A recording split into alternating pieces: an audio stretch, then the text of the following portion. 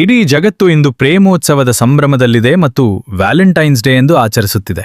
ಆದರೆ ನಮ್ಮ ಭಾರತಕ್ಕೆ ಮಾತ್ರ ಇಂದು ಕರಾಳ ದಿನ ಅಥವಾ ಬ್ಲ್ಯಾಕ್ ಡೇ. ಎಲ್ಲರೂ ಗುಲಾಬಿ ಹೂವುಗಳನ್ನು ನೀಡುತ್ತಾ ಸೋಷಿಯಲ್ ಮೀಡಿಯಾದ ಸ್ಟೇಟಸ್ ಹಾಕುತ್ತಾ ಪ್ರೀತಿಯನ್ನು ಸಂಭ್ರಮಿಸುತ್ತಿರುವ ಇದೇ ದಿನದಂದು ನಮ್ಮ ದೇಶಕ್ಕಾಗಿ 40 ಜನ ವೀರ ಯೋಧರು ತಮ್ಮ ರಕ್ತವನ್ನೇ ಅರ್ಪಿಸಿದರು. ಹಾಯ್, ನಮಸ್ಕಾರ. ನಾನು ಕಾಶ್. ನಾನು ಕಂಟೆಂಟ್ ಮಾಡೋದು ಕೇವಲ ವ್ಯೂಸ್ಗಳಿಗಾಗಿ ಅಲ್ಲ, ಬದಲಾಗಿ ಇಂದು ಒಂದು ಅತ್ಯಂತ ಮುಖ್ಯವಾದ ವಿಷಯವನ್ನು ನಿಮ್ಮ ಮುಂದೆ ಹೇಳಲು ಬಂದಿದ್ದೇನೆ. ಇವತ್ತು ಕೇವಲ ಪ್ರೇಮಿಗಳ ಪ್ರೀತಿಯ ಬಗ್ಗೆ ಮಾತನಾಡುವ ದಿನವಲ್ಲ, ಬದಲಾಗಿ ಈ ಮಣ್ಣನ್ನು ತಮ್ಮ ಪ್ರಾಣಕ್ಕಿಂತ ಹೆಚ್ಚಾಗಿ ಪ್ರೀತಿಸಿದ ನಿಜವಾದ ದೇಶಪ್ರೇಮಿಗಳ ಬಗ್ಗೆ ಹೆಮ್ಮೆಯಿಂದ ಸ್ಮರಿಸುವ ದಿನ.